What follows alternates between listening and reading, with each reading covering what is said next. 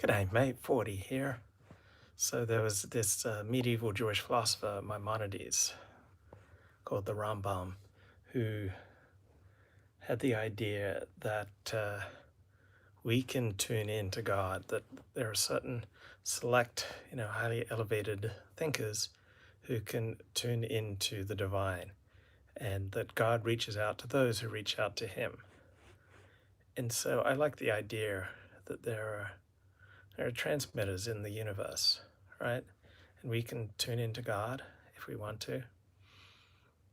We can tune into radio station KGOD, or we can tune into radio station KLOVE, right? There's love that's transmitting in the world. There's love that's broadcasting in the world, and we can tune into it. Like there are channels broadcasting of gratitude in the world that we can tune into. There are channels broadcasting beauty in the world. We can tune into those channels. We can tune into the divine. We can tune into compassion, right? There are transmitters of love and compassion, of the divine, of that which is holy and spiritual. So one definition of spirituality that I really like is spirituality is that good feeling you get when you help somebody else. So many of us stay tuned into rage. Spent much of my life tuned into resentment. Spent much of my life tuned into frustration. Like, why aren't I getting what I deserve? Yeah, take the Uline pill. What's the Uline pill? So we get to choose what channels we tune into here. So we can tune into the channel of gratitude. Like when we're in the mood of gratitude, we can just notice everything that we can be grateful for. Like I'm grateful for the opportunity to talk to my friend Ricardo right now while I'm talking to my phone. I'm grateful for the opportunity to share my ideas with anyone in the world who wants to tune in. I'm grateful that I just have to hit a few buttons and boom, I'm live. And I'm grateful for the delicious strawberry banana protein drink that I started my day with. Grateful for this new supplement that I take at night, which I think helped me get a better night's sleep. And so when we're in a mood of gratitude, then we notice things to be grateful for. I'm grateful that Joe Biden is my president instead of disavowed.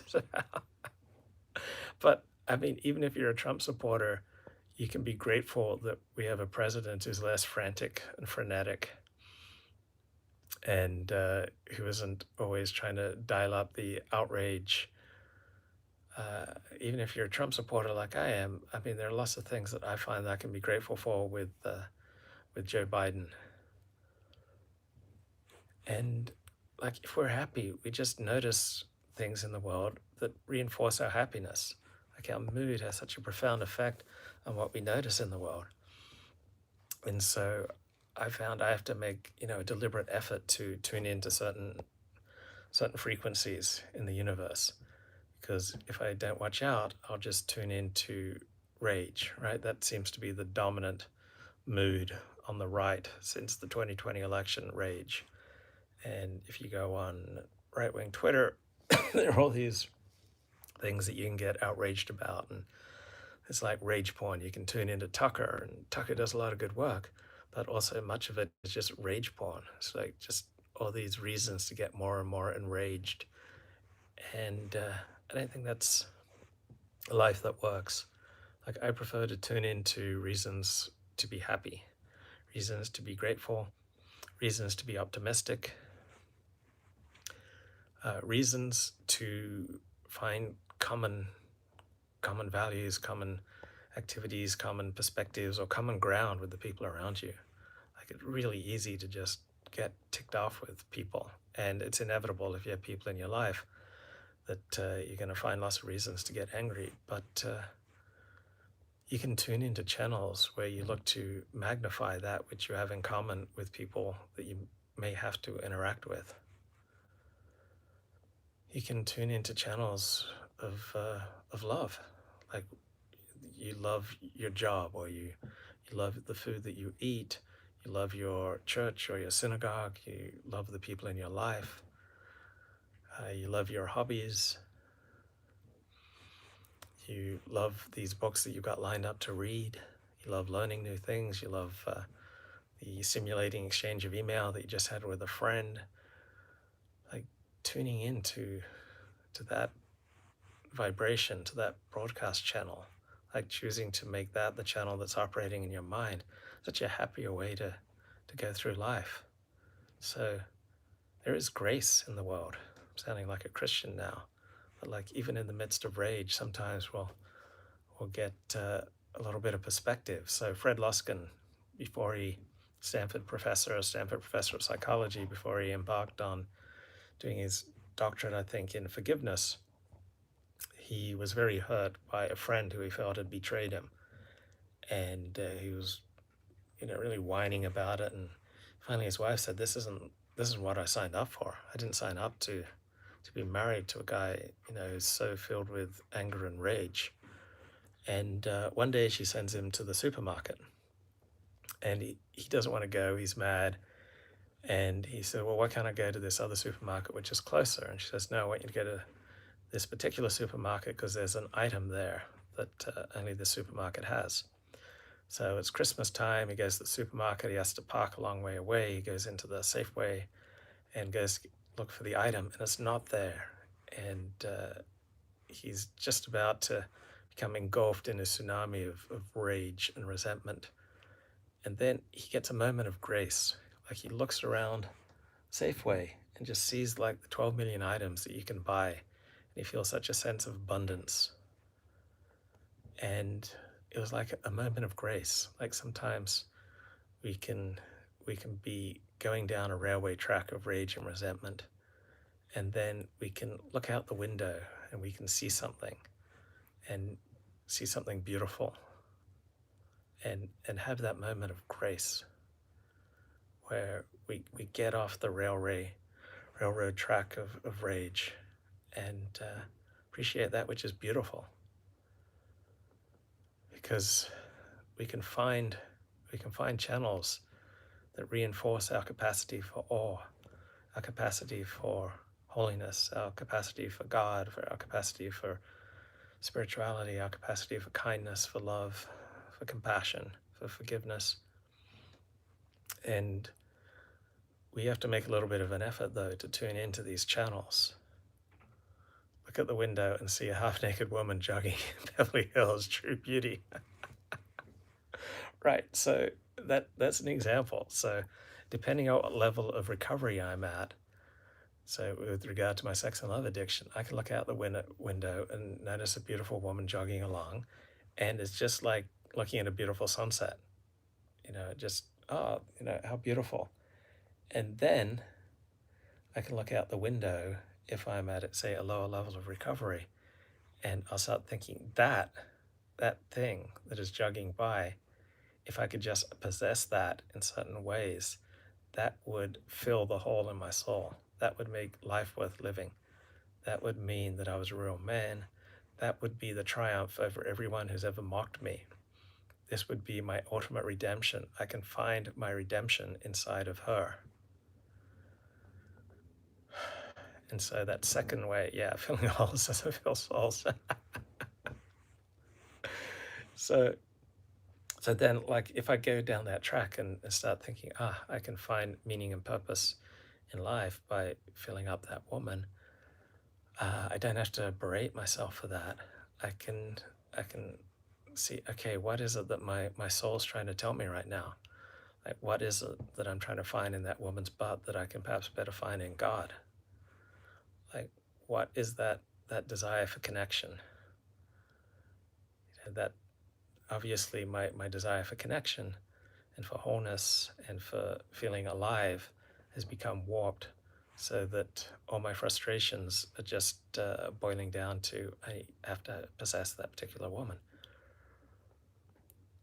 And I can think about, okay, what are healthier ways that I can express that?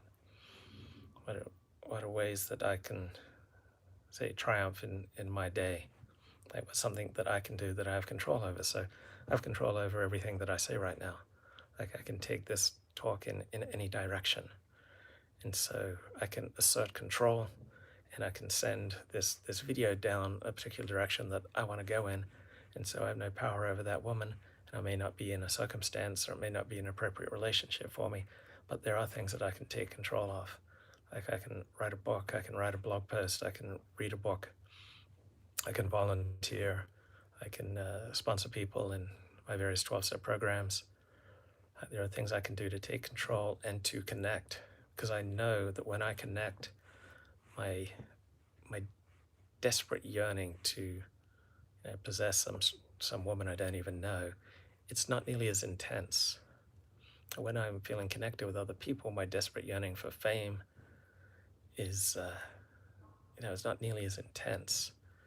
When I'm connected with other people, my tendencies towards rage and resentment, they diminish. Like I feel less need for attention seeking, for shocking people, for offending people. I don't need to do anything bizarre or extreme to grab attention when I feel connected with someone who I value. So I like this idea that there are broadcast channels of love in the world, and we can tune into them. There are broadcast channels of compassion in the world that we can tune into. There are broadcast channels of the divine, of spirituality, of the transcendent that we can tune into. We just have to make a bit of an effort, and sometimes we have to situate ourselves in particular places, right? You're not going to be able to, these recumbent streams always remind me of Andy Nowicki. So I arrange my room so that it brings out the transcendent. Like I have all these posters of Jerusalem and of the wall, and I don't have like posters of women in bikinis or guns or anything that's going to bring me down. So you're not going to access God nearly as easily at a bar, or while you're watching some completely secular and hedonistic entertainment, right? So to tune into these higher channels, I have to make some changes. I have to put myself sometimes in particular places. I have to put myself in a particular mood through either prayer, meditation, listening to a particular type of music, reading certain things, listening to certain talks, getting on certain meetings, 12-step meetings, phone meetings. I have to be rigorous about the type of people that I allow into my life. But there are these channels broadcasting out there in the universe. There are channels of grace and of love and of recovery. Clever, you're saying that Luke might have infected himself by engaging with Andy Nowicki. Yeah, so it's so interesting that we both came away, Andy and I both came away from the exchange like even more reinforced in our worldviews. So yeah, there are people that you can engage with who will bring out your melancholy, who will bring out your craziness. Like you can be a secure person, but you can bring one person into your life and you can start becoming insecure. You can start becoming crazy, or you can start becoming more melancholy. You can start becoming depressed. You might find your brain slowing down when you're interacting with certain persons. You might find yourself getting ticked off.